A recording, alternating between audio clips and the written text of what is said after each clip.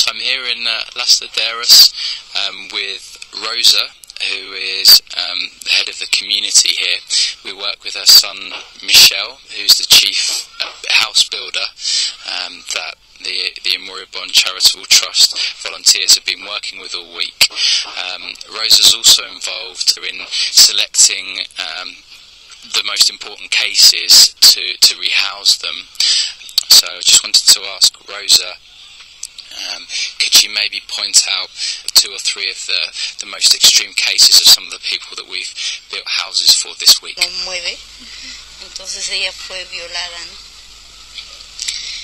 Yeah. She says obviously there are a lot of cases out here, but especially for every family that you're building for, there's a horrible story behind it. But one of the cases is a woman from Huánuco, from province. She's a widow and she has 7 children. One of her children is severely disabled. She can't walk and she can't move her arms, and she was raped when she was living in Huánuco. Her daughter was raped. Right? Yeah, it was when she was, because the woman worked every day in farming, and it was when she'd left her daughter alone in the house. It's when the intruder broke in and raped her daughter. She tried to report the rape. She was completely ignored. She couldn't find justice. She had a brother living out here in Lima, and like many cases, many people, she thought she could find a better life by coming to Lima.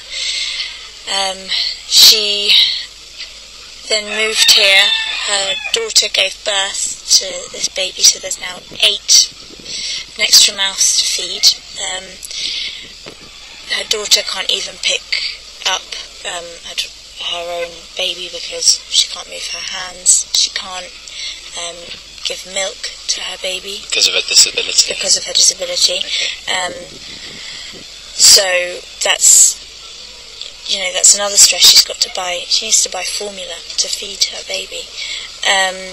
Also, because she can't walk, she was on the floor, and their house was built of this sort of Astera wood thatch material and plastic and cardboard.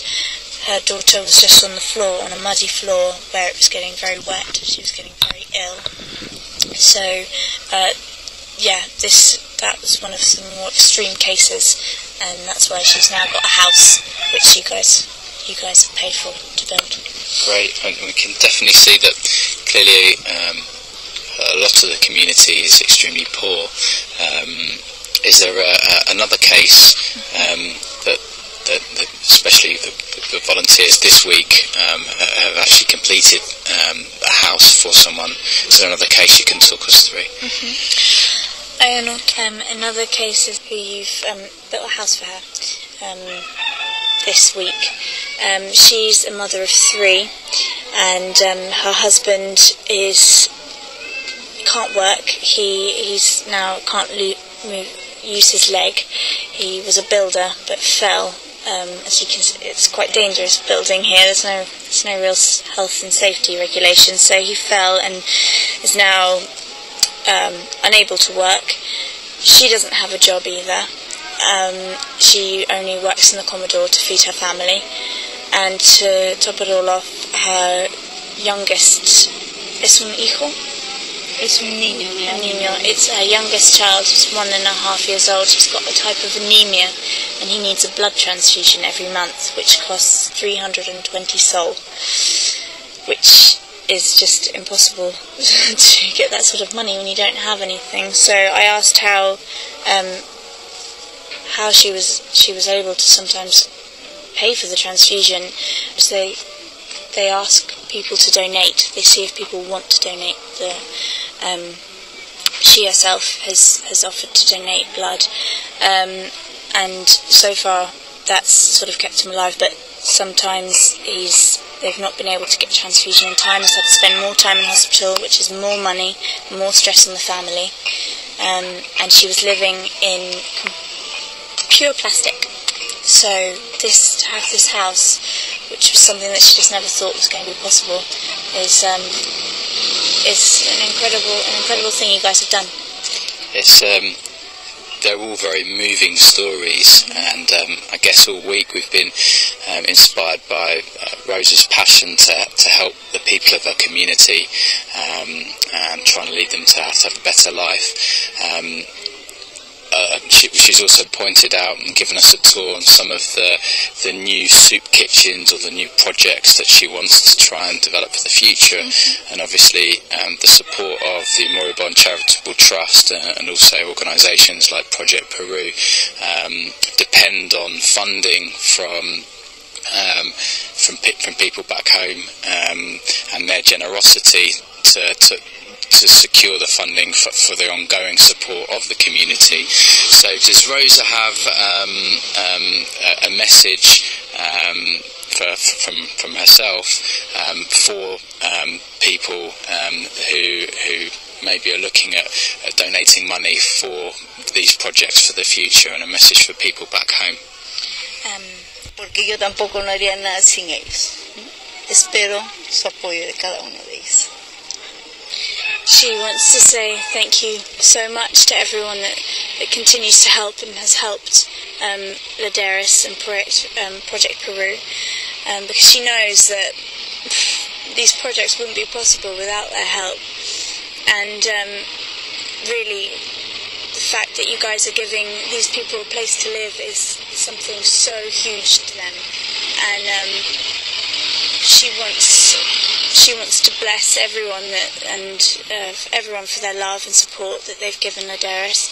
She also, she knows that in the news and there's a lot of talk of Peru as a miracle story, moving forward, advancing economically, and she wants to point out that there are still so many cases of poverty, extreme poverty in Peru, and really need ongoing support and ongoing help. It's the only way to make any difference to these people's lives and to keep the projects going. So yeah, she wants to say thank you very much. Gracias por eso. She says she wants to help, she wants to thank you guys, specifically you guys that are out here building this house. She knows you've come with so much love, so much support.